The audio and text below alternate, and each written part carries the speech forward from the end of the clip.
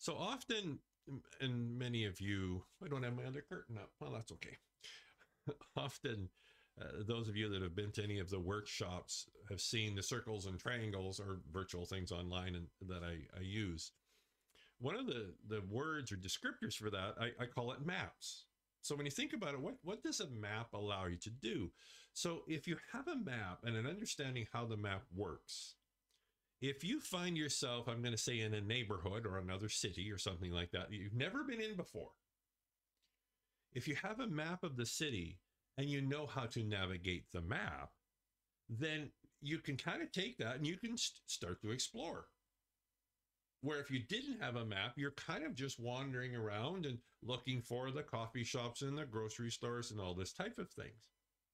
So a map is a really handy navigation tool we can use to explore a territory or a neighborhood or a city, think about that we've never visited before. So what does that have to do with what's going on right now? Well,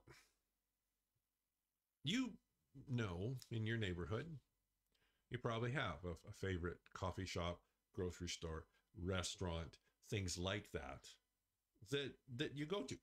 And you know how to get there. You know where the one-way streets are. You know where the shortcuts are. So you have a pretty good idea, or an internal map, if you will, of the neighborhood that you're currently living in.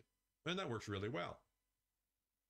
But, and this is going to sound like a ludicrous example, but there's a very powerful teaching under this.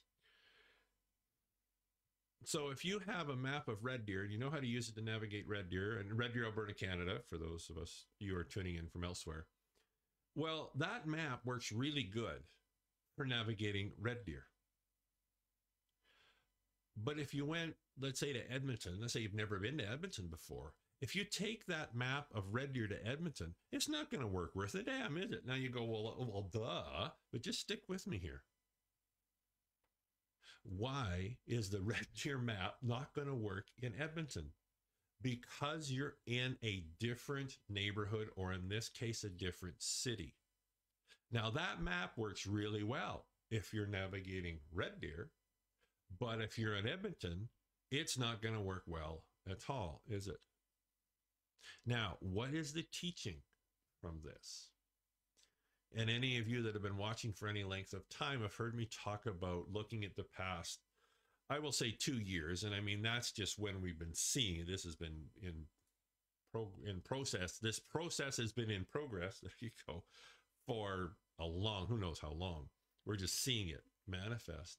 That it's been sort of 3 phases. And the first phase can feel a lot like destruction, like the losing of things, the losing of freedoms, if you will, things like that, confinement, that type of thing. Then it moves through to the second phase, and the second phase is like a restoration, not so much restoration. It's it's really kind of an inward looking at the areas in your personal experience. It's very much an inward experience journey. And it's finding those spots that maybe need to be healed, maybe need to be strengthened, maybe need to be explored, more of an internal experience or journey. And then we've moved into the third phase. Now, the third phase is this brand new city. Now, it doesn't mean that, so if you think of it in some respects, so the first phase, you moved into a city where everything was, the buildings were burning down around you. Then you moved into the second phase, which is another city where it's like they were repairing foundations and fixing cracks in streets and doing all this. They weren't really building a lot of stuff, but they were fixing a lot of the existing. Then you move to the third city, the third phase. And in this new city, there are a lot of things that are fundamentally different from the second, and especially the first, where you started from.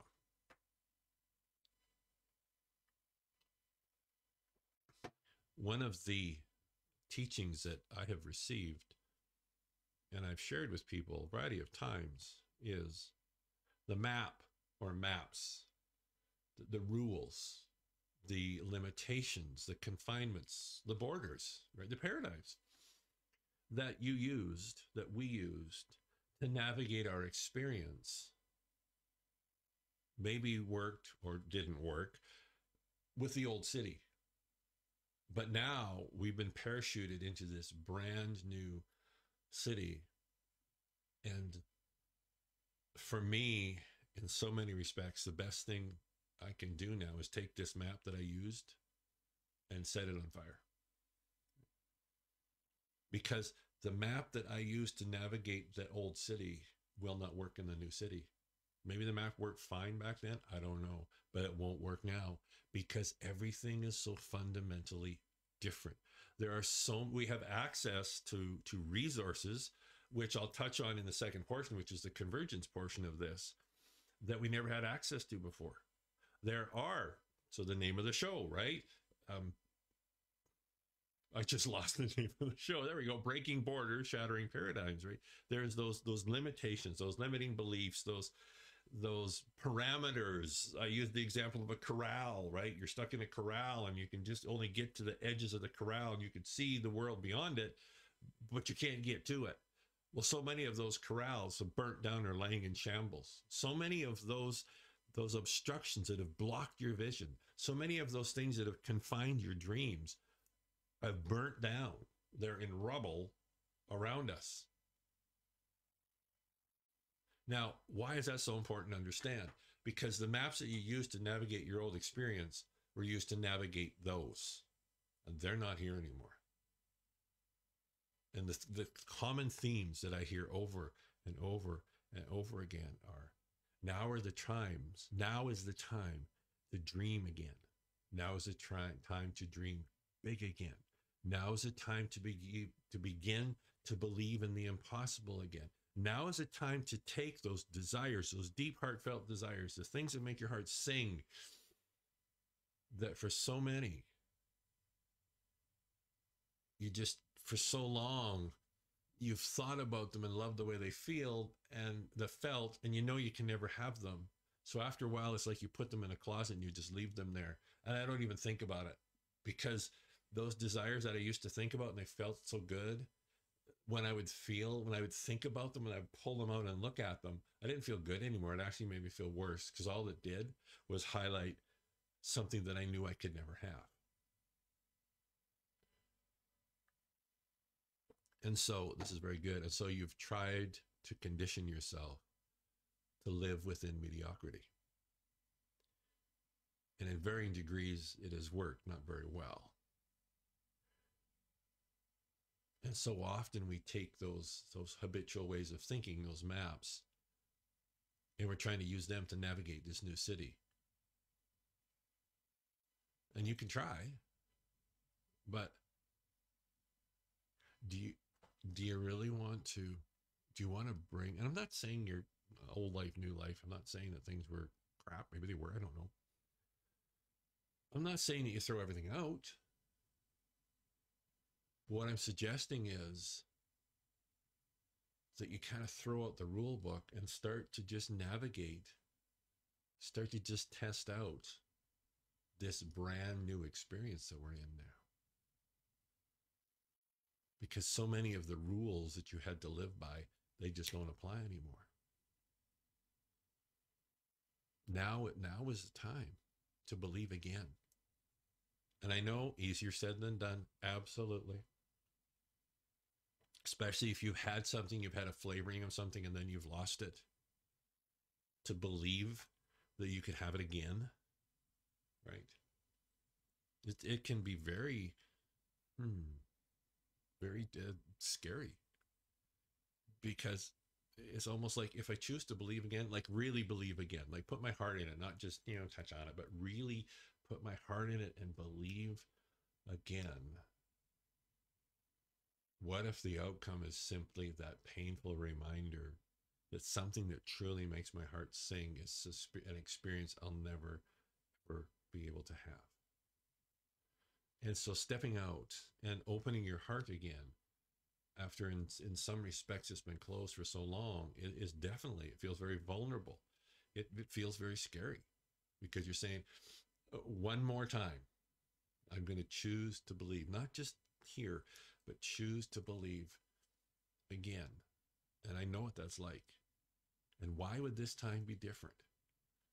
The reason this time can be and will be different is because you're in a whole new city. And those things that confined you before, they're not here anymore.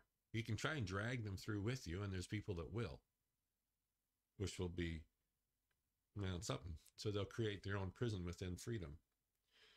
And they'll be the one that creates it. And I'm going to wrap up this segment, but I guess the question that I would pose to you,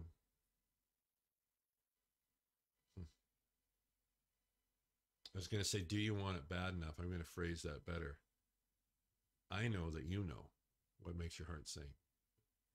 I know that even though you haven't thought about them for a long, long time, those dreams, those desires are still close by. Will you bring them out again?